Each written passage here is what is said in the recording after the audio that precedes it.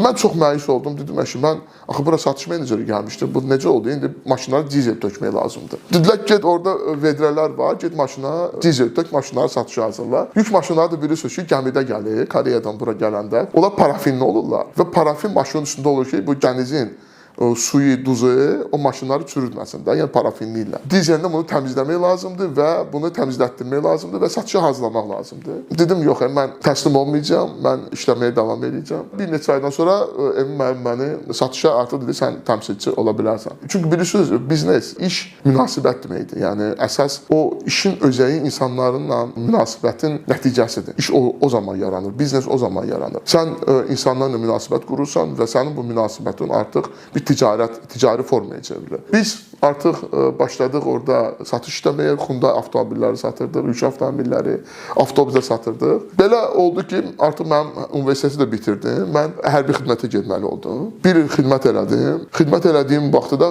Hyundai şirkətinə marketinq işləri görürdüm də, yəni satış eləməyə davam edirdim. Mən hərbi xidməti bir ildən bitirəndən sonra məni Emin müəllim yenidən işə götürdü. Bir müddət yenə işlədim orada. Hardasa bir ilə yaxın bir müddət işlədim. Yəni mən heç vaxt utanmıram deməyə. Məni oradan qovdular. O şirkət də məni qovdular. Niyə görə qovdular? Onu da istəyirəm deyim. Orada artıq baxırdıq ki, daha da qabağa getmək lazımdır, işləmək lazımdır, inkişaf etmək lazımdır. Mənim bir iş yoldaşım var idi. Onun belə bir ağlına fikir gəlmiş ki, biz soyuducu yük avtomobilləri gətirəndə avtomobillər soyuducu kuzovlarla gəlirdi. Biz dedik ki, bəlkə bu soyuducu kuzovları ayrıca burada yığar, istehsal edək və s.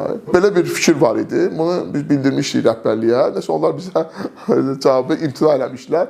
Biz də dedik, okey də bizə imtina eləyirlərsə, onda biz baxaq bunu nə edə bilərik əlavə olaraq. Nəsə bu iş belə oldu ki, biz buradan ayrılmalı olduq. Mənə rəhbər ayrılandan sonra demişdi ki, mən inanıram ki, sən yaxşı nəticələr əldə edəcəksən, çünki sən bu işə çox maraqlısan. Mənim soyuducu ilə ilk tanışdığım illər, aylar 2009-cu ildə oldu.